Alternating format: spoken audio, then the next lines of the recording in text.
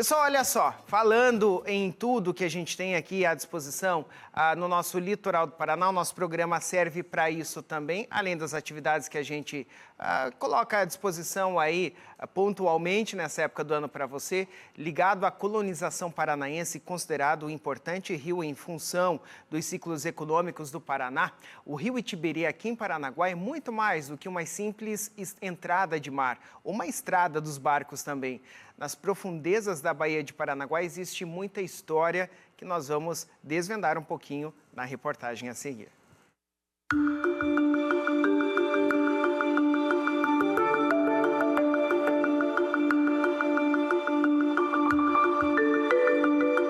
Um rio cheio de histórias, que vem de encontro ao mar e margeia toda a Baía de Paranaguá.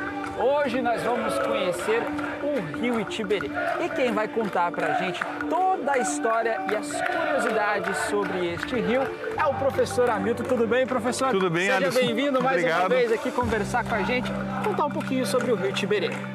Vamos falar um pouquinho sobre a história do rio, sobre tudo que nós sabemos sobre ele, né? Vamos conversar um pouquinho hoje, vai ser ótimo. E a gente vai agora ir pro rio, porque não vai falar do rio sem estar no rio, né? Vamos lá, pessoal? Vem.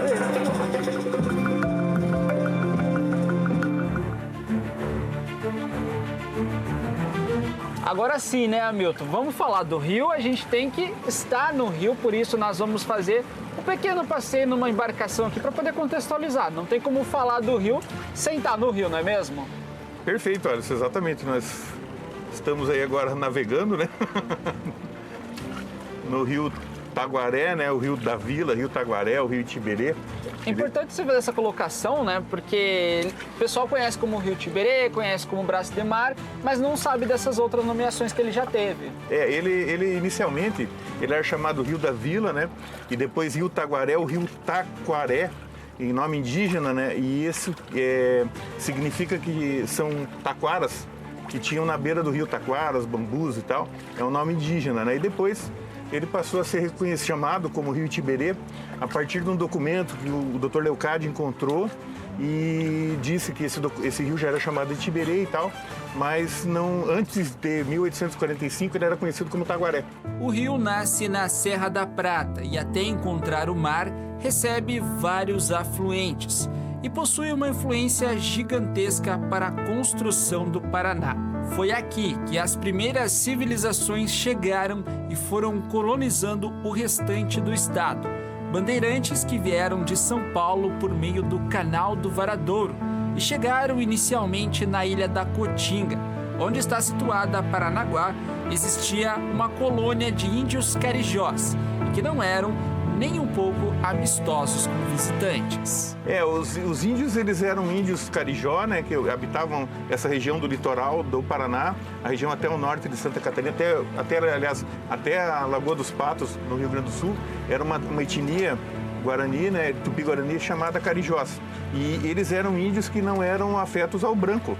Então o branco teve que ficar na Ilha da Cotinga, por um período de mais ou menos 30 anos, 20 a 30 anos, né?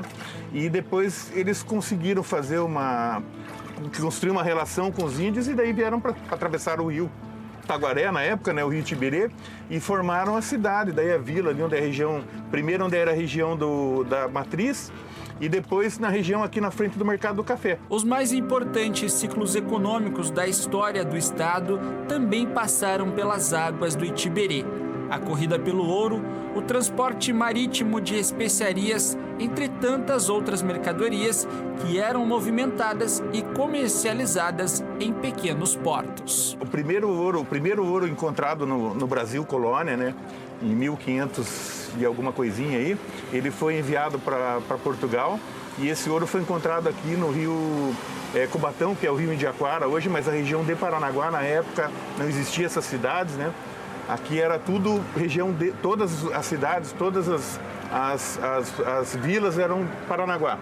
Então esse rio na época era chamado de Rio Cubatão, que é o rio de Aquara, e foi tirado de lá o ouro, as faisqueiras, né? Até na região de Antonina, e todos tinham conexão com isso daqui, porque a entrada na cidade de Paranaguá era feita pelo rio Itiberê, né?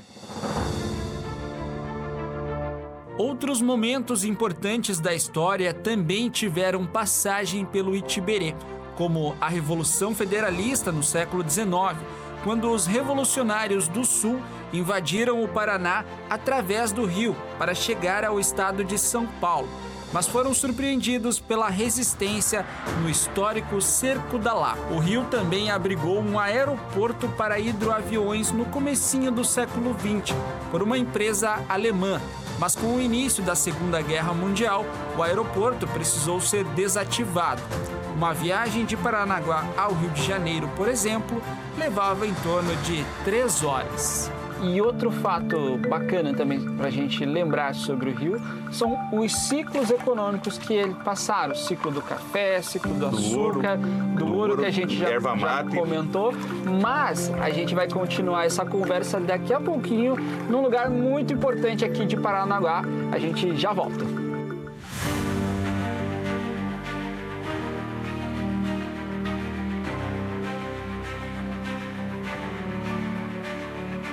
O pessoal de casa que conhece, que é aqui de Paranaguá, já percebeu que nós estamos no tradicional Mercado do Café. Professor, mas nem sempre foi o Mercado do Café, né? Nem sempre. Esse prédio aqui, a primeira informação que nós temos dele documental é de Vieira dos Santos, que ele fala em 1846 sobre um termo de vereança de Paranaguá. Ele fala, a Assembleia Provincial solicita a construção de um mercado no Largo do Pelourinho, que era esse lugar aqui. Em 1858 foi feita a inauguração desse prédio aqui, né?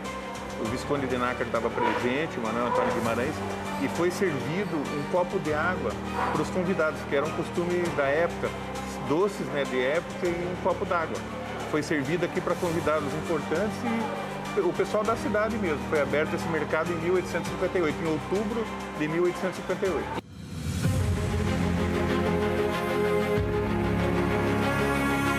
O espaço era utilizado para comercializar as especiarias que eram trazidas de outras regiões, como café, açúcar, verduras e muitos pescados que vinham aqui da Baía de Paranaguá. O mercado funcionou até 1914, quando passou pela primeira reforma. A arquitetura segue o estilo Nouveau. A última reforma dele, se eu não me engano, foi em 2017. Mas ele, ao longo do tempo, ele teve várias reformas. A mais importante foi a de 1914, quando foi instalado a água em Paranaguá. Então, daí sim ele foi caracterizado com o que nós temos hoje aqui, né? E hoje é esse grande espaço turístico que muitas pessoas vêm para poder saborear um café, um bolinho de carne, todas as nossas maravilhas que o litoral oferece. Professor, e agora para a gente encerrar o nosso VT, você acha que a gente tomar uma xícara de café a gente merece, né? Tomar um café do Mercado do Café. Mercado do Café, né? Oh. Saúde. Saúde.